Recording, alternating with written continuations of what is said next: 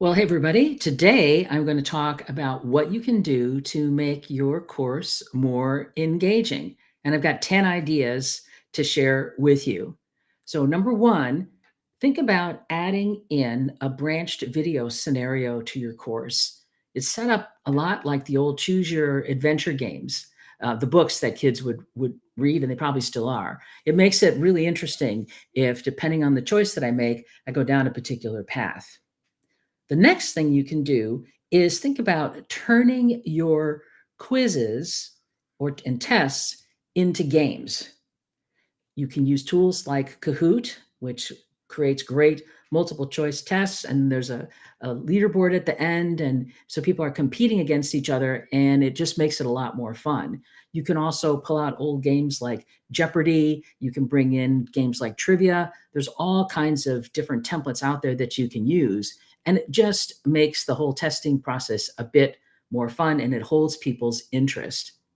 Now, as always, when you're putting together your videos, think about how you can vary the scenes. What can you do so that there's a lot of movement, because that holds people's attention? And of course, going really, really old school, you want to have great stories and examples that are relevant to your audience.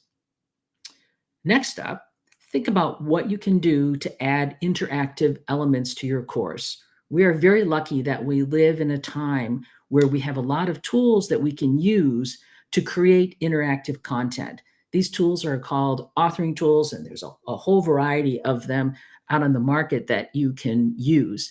And what it allows you to do is take a long PDF document and break it up perhaps into components where people are not just reading something from end to end, but they're interacting with key elements on the screen.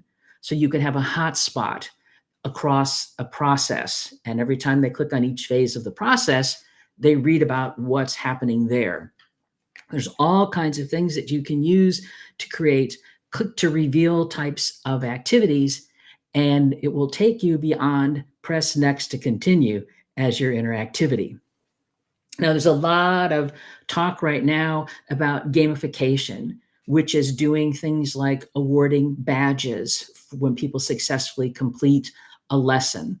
You can have confetti drops at the end, like, woohoo, congratulations, which is a lot of fun. You can add in a leaderboard where people can see how they compare with others that are going through the same program. Then you can add little Easter eggs throughout the course that unlocks bonus content as people accomplish a certain segment. Now, one thing that I think is kind of interesting here is you see this a lot in the courses out there that are teaching a language. And I was studying Italian, and I was really racing my way. I was going through the leaderboard. I wanted to be on the top. I'm unlocking all this bonus information. And one of my friends said to me, "Are you learning the language, or are you just getting to the top of the leaderboard?" So that's something to keep in mind when you're putting your programs together. You want to make sure that everything you do is relevant and is going to really help people learn the content. Now, these next three, I'm going to kind of smush together. It's a technical term. You can create simulations that put people into a realistic environment. There's a lot of virtual tours that you can do that maybe take people through a building or parts of equipment. And we're at a point now where we've got virtual reality and augmented reality that's available, which really drops people into a really immersive simulation. So there's going to be a lot of interesting work in that area, and it's already going on, certainly at the corporate level. Now, the 10th item on the list is, what can you do to create a community?